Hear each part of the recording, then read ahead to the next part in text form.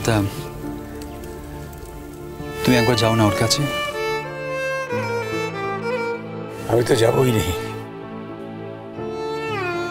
তুই তোর বাবা, তুই আর পরমা গিয়ে একবার দাঁড়া। দেখো, আমরা ওর বাবা মা হতে পারি, কিন্তু এই পৃথিবীতে ফুলঝুরি যাকে সব থেকে বেশি শ্রদ্ধা করে, যাকে সব থেকে বেশি ভালোবাসে, সে হচ্ছে তুমি। তাই তোমায় আমি বলছি, একটাবার যাও না ওর কাছে। কি করে যাব? ওর সামনে দাঁড়ানো যাবে না। আমি কি করে গিয়ে ওর সামনে দাঁড়াবো বলতো?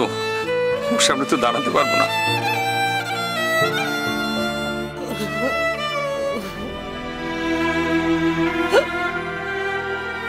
কেঁদো না ডলি দি, আর কেঁদো না। মনে তুই কি আনন্দ করবো?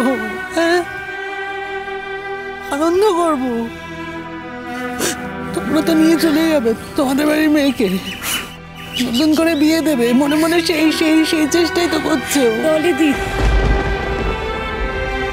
আমাদের সব শেষ হয়ে গেছে, আমাদের সব শেষ হয়ে গেছে।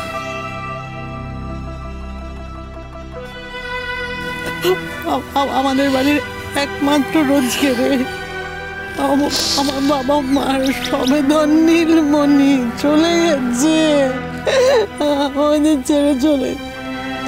তোমাদের কিচ্ছু হয়নি, তোমাদের কারোর কিচ্ছু হয়নি, যা হয়েছে আমাদের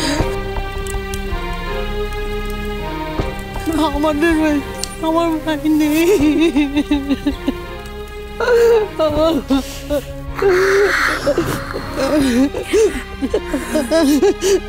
দাদা, চলো একবার।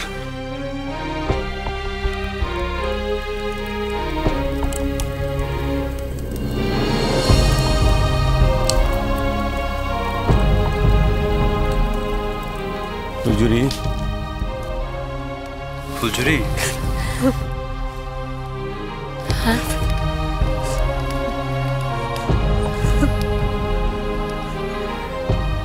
মানুষটাকে তোমরা এভাবে পুড়িয়ে দিলে,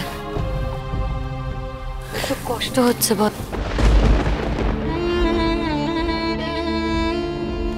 তবে জানো তো, ওটা না আমার লালন নয়। আমার লালন তো আমায় কথা দিয়েছিল যে আমাকে ছেড়ে কোথাও যাবে না, আর ও তো কথার খেলাপ করে না। আসবে, ও ঠিক ফিরে আসবে, আমি জানি ও আসবে, তাই তো আমার আর কষ্ট হচ্ছে না।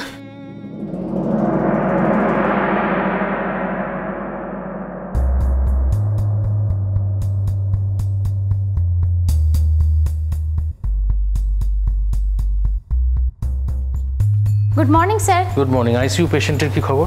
স্যার, কাল রাত থেকে কোনো ডেভেলপমেন্ট হয়নি। ডক্টর গুহ নিয়োগীকে আসতে বলেছিলাম, এসেছেন উনি? হ্যাঁ হ্যাঁ স্যার, আপনার চেম্বারেই আছেন উনি। Good morning Shantanu. Good morning. বসো বসো বসো, তোমাকে একটু অপেক্ষা করালাম। আসলে হসপিটালের বাইরে একটা বিচ্ছিরি জ্যামে ফেসে গেছিলাম। It's okay, it's okay. Anyway, যার জন্য আসা, তোমার পেশেন্টের অবস্থা কেমন? একই রকম, যেরকম ফোনে বললাম তোমাকে। তুমি একটিবার গিয়ে দেখবে?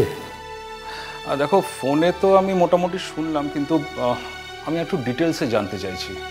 এই দুর্ঘটনাটা ঘটার পরে কিছু মানুষ পেশেন্টকে একটা লোকাল হসপিটালে ভর্তি করে। লোকাল হসপিটাল না বলে একটা প্রাথমিক স্বাস্থ্যকেন্দ্র বলাই ভালো, বুঝলে? তার পাশে আমার একটা ওয়ার্কশপ চলছিল। ওই স্বাস্থ্যকেন্দ্রের সাথে যুক্ত আমার এক বন্ধু, সে আমাকে খবর দেয় পেশেন্টটির ব্যাপারে। তো আমি যাই দেখতে, গিয়ে যা দেখি তাতে করে ওই যে প্রাথমিক স্বাস্থ্যকেন্দ্র, সেখানকার চিকিৎসার যে পরিকাঠামো খুবই পুয়ার, যা হয় আর কি। তো ওই রকম একটা ইনজিওর্ড পেশেন্টের হেভি ইনজিউরি নিয়ে যে ভর্তি হয়েছে, তার ট্রিটমেন্ট ওখানে প্রায় ইম্পসিবল ছিল বলে আমার মনে হয়। তো মোটামুটি বলতে পারো যে আমি রিস্ক নিয়েই ওকে একটা অ্যাম্বুলেন্স করে আমার হসপিটালে এনে ভর্তি করি। যখন দেখলাম ছেলেটি সেন্সলেস ছিল, এখানে আসার পর কমপ্লিটলি কোমায় চলে গেছে। গত 2-3 দিনে আমি তো অন্তত কোনো ইমপ্রুভমেন্ট ওর লক্ষ্য করি। তাছাড়া ছেলেটার বাড়ি কোথায়, কে কে আছে সেখানে, তারা আদৌ ওর এই দুর্ঘটনাটা সম্বন্ধে জানে কি না, সে বিষয়ে তো কোনো ক্লুই আমি খুঁজে পাচ্ছি না। দেখো, প্রথমটা আমি এক্সপেক্ট করেছিলাম ও সার্ভাইভ করে যাবে, বেঁচে যাবে, ঠিক হয়ে যাবে। ইয়াং ছেলে তো, কিন্তু কমপ্লিটলি কোমায় আছে। গত কয়েকদিনে আমি অন্তত কোনো আশার আলো দেখতে পাইনি। এরই মাঝে স্বাভাবিকভাবেই পুলিশ কেসও হয়ে গেছে। মানে তুমি বলতে পারো আমি একটু রিস্ক নিয়ে একটা বড়সড় ঝামেলার মধ্যে জড়িয়ে পড়েছি। তোমার বৌদি তো বাড়িতে উঠতে বসতে আমাকে কথা শোনাচ্ছে যে কী দরকার ছিল এরকম একটা ঝামেলায় অকারণ নিজেকে জড়িয়ে ফেলা। কি করবো বলো শান্তনু? একজন মুমূর্ষু রোগীকে চোখের সামনে দেখার পর তাকে ফেলে চলে আসা, এটা তো আমাদের ডাক্তারি এথিক্সে বাঁধে, তাই না? আচ্ছা, এই প্রাথমিক স্বাস্থ্যকেন্দ্র তো ওখান থেকে অন্য কোথাও রেফার করতে পারতো। তাই তো করেছে, মানে আমার রেকমেন্ডেশনই ওরা আমার হসপিটালে রেফার করেছে। আমি ওদের তাই বলেছিলাম।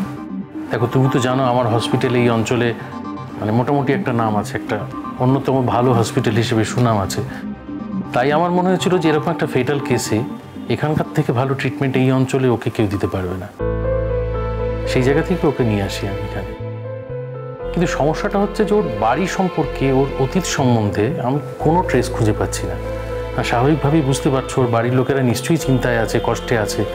কিন্তু তাদের সাথে যে আমি কমিউনিকেট করবো, ওর বিষয়ে কিছু জানাবো বা জানতে পারবো ওর ব্যাক স্টোরিটা, তার জাস্ট কোনো ট্রেস বা ক্লু আমার কাছে নেই। এই ক্ষেত্রে একটু অসহায় লাগছে আমার।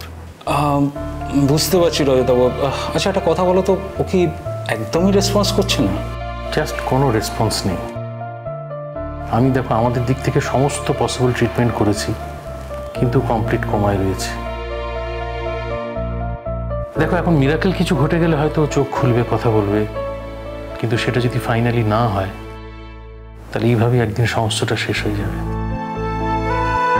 খারাপ লাগছে কি জানো শান্তনু, এত ইয়াং ছেলে, শান্তনু ছেলেটা বেঁচে গেলে না আমি ব্যক্তিগতভাবে বড্ড খুশি হব জানো। আমাদের তরফ থেকে এই ক্ষেত্রে পসিবল যা যা ট্রিটমেন্ট সমস্তটা আমরা করেছি এবং করে চলেছি। কিন্তু যেহেতু তুমি এই সাবজেক্টটায় বস, আমি চাইছিলাম তুমি একবার এক্সামিন করে যদি কিছু সাজেস্ট করো। ওকে, নো প্রবলেম, চলো একবার গিয়ে দেখছি। এসো। ডলিদি,